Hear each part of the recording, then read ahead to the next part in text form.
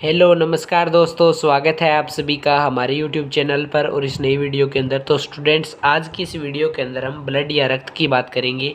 रक्त क्या होता है और इसका वर्गीकरण क्या है, इसे कितने भागों में बांटा जा सकता है, इसका संगठन क्या होता है, इसके अंदर कौन कौन से पदार्थ पाए जाते हैं, हमारे शरीर के अंदर रक्त का निर्माण कहाँ होता है, इसके बारे में बात करेंगे। और आने वाली वीडियो के अंदर हम रुधिर परिसंचरण तंत्र की भी बात करेंगे। तो जुड़े रहिएगा हमारे साथ। उससे पहले अगर आप चैनल पर पहली बार आए तो चैनल को सब्सक्राइब करिएगा, वीडियो को लाइक करिएगा।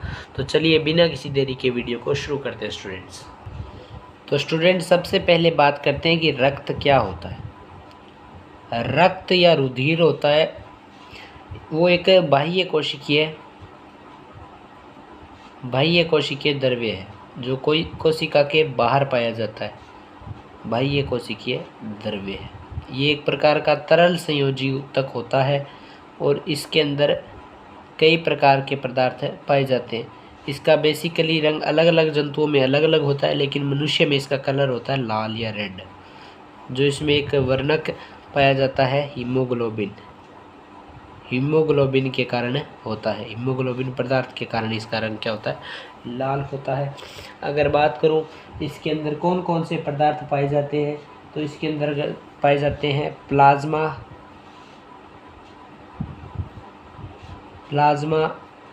आरबीसी, डब्ल्यूबीसी, प्लेटलेट्स आदि इसके कई प्रकार हैं। रुधिर का लगभग भाग जो है 90% भाग जो है वो क्या होता है, प्लाज्मा होता है। उसके अलावा आरबीसी, डब्ल्यूबीसी, प्लेटलेट्स होते हैं। अगर बात करूं रुधिर की पीएच की, तो ये पीएच जो होता है ये क्षारीय प्रकृति का होता है बेसिकली, यानी इसकी पीएच लगभग 7 से ऊपर ही होती है। क्षारीय प्रकृति का होता है रुधिर, ठीक है। क्या होता है, 7 से प्लस होती है इसकी पीएच, ठीक है। ये जो प्लाज्मा है ये 90% नहीं बनाता दोस्तों, 55% भाग बनाता है और बाकी का 45% भाग है वो आरबीसी, डब्ल्यूबीसी और प्लेटलेट्स के द्वारा बनाया जाता है। प्लाज्मा जो होता है वो एक तरल पदार्थ होता है जो रुधिर के अंदर पाया जाता है। अभी बात करेंगे इसकी। और जो 45% भाग बच गया उसके अंदर कुछ कणिकाएँ पाई जाती हैं, जैसे आरबीसी हो गई, डब्ल्यूबीसी हो गई, प्लेटलेट्स हो गई, ये पाई जाती है। और इसकी प्रकृति कैसी थी मैंने अभी बताई, क्षारीय प्रकृति इसकी होती है। तो सबसे पहले बात करते हैं प्लाज्मा की। प्लाज्मा क्या होता है, ठीक है। अगर बात करूं दोस्तों, प्लाज्मा जो है वो रुधिर के अंदर पाया जाने वाला एक तरल पदार्थ होता है जो कि रुधिर का 55% भाग बनाता है। इसका जो कलर होता है वो ये रंगहीन होता है। ये पदार्थ क्या होता है, रंगहीन। और जब आप आरबीसी के बारे में पढ़ोगे तब कलर क्या पढ़ोगे, लाल पढ़ोगे। ये क्या होता है, रंगहीन होता है। लेकिन कहीं कहीं ये क्या दिखाई देता है, पीले कलर का भी दिखाई देता है, लेकिन बेसिकली ये रंगहीन ही होता है। और इसके अंदर क्या क्या पदार्थ पाए जाते हैं दोस्तों, प्रोटीन्स पाए जाते हैं। प्रोटीन्स के अलावा शर्करा और क्या पाए जाते हैं, प्रोटीन्स, शर्करा और पानी और अकार्बनिक लवण पाए जाते हैं। अकार्बनिक लवण पाए जाते हैं, ठीक है। अभी इसकी बात करेंगे दोस्तों। तो दोस्तों सबसे पहले बात करूं अगर मैं प्रोटीन्स की, तो प्रोटीन्स इसके अंदर कौन कौन सी पाई जाती है उसकी बात कर लेते हैं।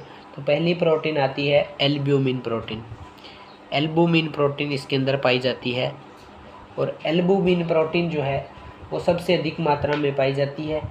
और जो कि प्रोटीन का कितना परसेंट भाग बनाती है, प्रोटीन का 4.7% भाग बनाती है। और इसका अणुभार जो होता है वो लगभग होता है 69,000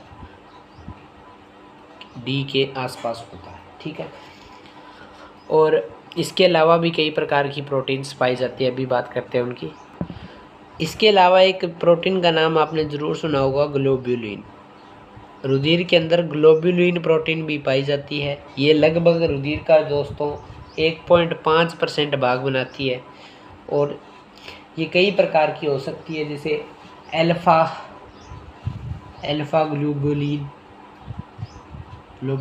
और इसके अलावा बीटा ग्लोब्यूलिन और इसके अलावा गामा ग्लोब्यूलिन। इसके अलावा भी अन्य प्रकार की प्रोटीन्स पाई जाती है, जैसे फाइब्रिनोजन पाई जाती है। फाइब्रिनोजन जो होती है वो एक प्रकार की ग्लाइकोप्रोटीन है। ये प्रोटीन के बारे में जब आपको मैं डाइजेशन सिस्टम पढ़ाऊंगा उससे पहले जो अवयव होते हैं भोजन के, उसके अंतर्गत आपको डीएनए, आरएनए उसके बारे में, और उससे पहले प्रोटीन्स, वसा और विटामिन के बारे में आपको बताऊंगा। ठीक है, तो फाइब्रिनोजन क्या है, ग्लाइकोप्रोटीन है। अभी के लिए आप इतना ही याद रखिएगा। ठीक है, उसके बाद और क्या पाए जाते हैं, ये 3 प्रकार की प्रोटीन्स मुख्य पाई जाती है जो मैंने आपको बताई प्लाज्मा के अंदर। उसके अलावा पाए जाते हैं कुछ लवण। लवण का मतलब होता है कार्बनिक पदार्थों को छोड़ के जितना भी पदार्थ बच गए वो क्या होते हैं, लवण होते हैं। ठीक है, जो जल में घोलने पर क्या देते हैं, धनायन और ऋणायन देते हैं। ठीक है, वो क्या होते हैं, लवण होते हैं। जैसे यहाँ पर है सोडियम, सोडियम पाया जाता है, और क्या पाया जाता है, पोटेशियम पाया जाता है। इसके अलावा कैल्शियम पाया जाता है, और क्या पाया जाता है, मैग्नीशियम पाया जाता है। इस प्रकार कुछ लवण पाए जाते हैं। और इसके अलावा कुछ उत्सर्जी पदार्थ पाए जाते हैं किसके अंदर, प्लाज्मा के अंदर कुछ उत्सर्जी पदार्थ भी यहाँ पाए जाते हैं। उत्सर्जी पदार्थ कौन से होते हैं, जैसे मनुष्य के अंदर कौन सा होता है, यूरिया, और इसके अलावा यूरिक अम्ल भी पाया जाता है। यूरिक अम्ल के साथ साथ और कौन सा हो गया, एमिनो अम्ल आदि पाए जाते हैं। उत्सर्जी पदार्थों के बारे में भी वीडियो आएगी, तो बने रहिएगा हमारे साथ। चैनल को सब्सक्राइब नहीं किया तो कर लीजिएगा प्लीज़। ठीक है, उसके अलावा इसमें कई प्रकार की क्या पाए जाते हैं, हार्मोन्स पाए जाते हैं। प्लाज्मा के अंदर हार्मोन्स भी इसके अंदर पाए जाते हैं। और इसके अलावा कुछ गैसें हैं, जैसे ऑक्सीजन पाई जाती है, कार्बन डाइऑक्साइड पाई जाती है प्लाज्मा के अंदर। ठीक है, ये थी प्लाज्मा। प्लाज्मा के अंदर लगभग 90% तक पानी होता है, 10% भाग में ये पाए जाते हैं, जैसे प्रोटीन, एल्ब्यूमिन, ग्लोबुलिन और फाइब्रिनोजन प्रोटीन पाई जाती है। इसके अलावा लवण पाए जाते हैं, जैसे सोडियम, पोटेशियम, कैल्शियम वगैरह। उत्सर्जी पदार्थ पाए जाते हैं, जैसे यूरिया हो गया, यूरिक अम्ल हो गया। कुछ हार्मोन्स भी पाए जाते हैं जो कि अंतःस्रावी ग्रंथियों द्वारा स्रावित किए जाते हैं। और क्या पाई जाती है, कुछ गैसें जैसे ऑक्सीजन और कार्बन डाइऑक्साइड पाई जाती है। अब बात करेंगे हम लोग रुधिर कणिकाएं, जो बेसिकली कितनी प्रकार की होती है, 3 प्रकार की होती है, आरबीसी, डब्ल्यूबीसी और प्लेटलेट्स। उनकी बात करते हैं दोस्तों। आइए, तो दोस्तों रुधिर कणिकाएं जो होती है वो बेसिकली 3 प्रकार की होती है, आरबीसी, डब्ल्यूबीसी और प्लेटलेट्स। ठीक है, तो आरबीसी और डब्ल्यूबीसी, प्लेटलेट्स तीनों का नाम आपने कभी ना कभी सुना होगा, नहीं सुना है तो आज सुन लेंगे। तो सबसे पहले अगर मैं बात करूँ आरबीसी, तो इसकी फुल फॉर्म होती है रेड ब्लड कार्पल्स, और इसकी होती है वाइट ब्लड कार्पल्स। और जो प्लेटलेट्स है उसको प्लेटलेट्स ही कहा जाता है, या इसको एक और नाम दिया जाता है थ्रोम्बोसाइट्स।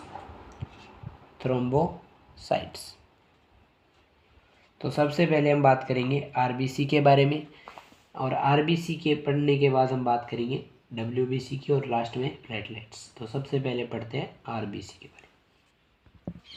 दोस्तों आरबीसी के बारे में सबसे पहले बताने वाले वैज्ञानिक थे, 1674 में बताया था। कौन थे, ल्यूवेनहोक, एंटोन वॉन ल्यूवेनहोक जिनको कहा जाता है, उन्होंने आरबीसी के बारे में सबसे पहले बताया था। दोस्तों अगर आरबीसी की बात करूं तो इनका कलर कैसा होता है, लाल होता है। और इसकी कणिकाएं कैसी होती है, गोलाकार या अंडाकार होती है, गोलाकार या अंडाकार होती है। और इन कोशिकाओं या कणिकाओं में क्या होता है, केंद्रक एब्सेंट होता है। केंद्रक एब्सेंट होता है, वो भी सिर्फ मनुष्य में। और जितने भी मैमल्स या स्तनधारी प्राणी हैं उनमें सब में क्या पाया जाता है, केंद्रक पाया जाता है। लेकिन मनुष्य की जो आरबीसी है उसमें केंद्रक अनुपस्थित होता है। आरबीसी की जो संख्या होती है वो बहुत ही अधिक होती है। अगर बात करूँ इनके जीवन काल की, तो ये 90 से 125 दिन तक जीवित रहती है। और लेकिन ये इनकी मात्रा जो होती है वो बहुत ही अधिक होती है, इसलिए ये नई बनती रहती है। और इस बनने की दर जो होती है वो होती है 140 लाख प्रति मिनट। 140 लाख प्रति मिनट के हिसाब से ये नई बनती रहती है। ठीक है, और इसी दौरान जो रक्त का निर्माण होता है उसकी प्रक्रिया को कहा जाता है एरिथ्रोपाइसिस, या इसको बोलते हो हीमोपाइसिस। रक्त का जो निर्माण होता है उसको बोलते हो हीमोपाइसिस। ठीक है स्टूडेंट्स, अगर मैं बात करूं आरबीसी का निर्माण कहाँ होता है, आरबीसी का निर्माण कहाँ होता है उसकी बात करते हैं। तो दोस्तों आरबीसी या जो रेड ब्लड कार्पल्स है उसका निर्माण होता है दोस्तों कहाँ, बोन मेरो में। बोन मेरो को हिंदी में कहा जाता है अस्थि मज्जा। अस्थि मज्जा में इनका निर्माण होता है। और ठीक है, भ्रूण में या जो एम्ब्रियो कंडीशन होती है उसमें आरबीसी का निर्माण कहाँ होता है, तो उसकी बात करूँ तो वहाँ पर होता है यकृत और प्लीहा में। लेकिन जब मनुष्य वयस्क अवस्था में बदल जाता है, मैच्योर अवस्था में या एडल्ट फेज में आ जाता है, तो इनका निर्माण बोन मेरो या अस्थि मज्जा में होता है। और प्लीहा में बाद में इनका क्या होता है, कब्रिस्तान, यानी जो मृत आरबीसी है उनका अपघटन या जो उनका विघटन कहाँ होता है, प्लीहा के अंदर होता है। तो दोस्तों आज की वीडियो के अंदर हमने आरबीसी की थोड़ी बात करी। आने वाली वीडियो के अंदर हम आरबीसी के प्रकारों की बात करेंगे और डब्ल्यूबीसी के बारे में बात करेंगे और प्लेटलेट्स के बारे में भी बात करेंगे। तो जुड़े रहिएगा हमारे साथ। अगर ये आज की वीडियो पसंद आई हो तो वीडियो को लाइक करिएगा, चैनल को सब्सक्राइब करिएगा। मिलते हैं आपसे दूसरी किसी अन्य वीडियो में, ठीक है? तब तक के लिए जय हिंद, जय भारत।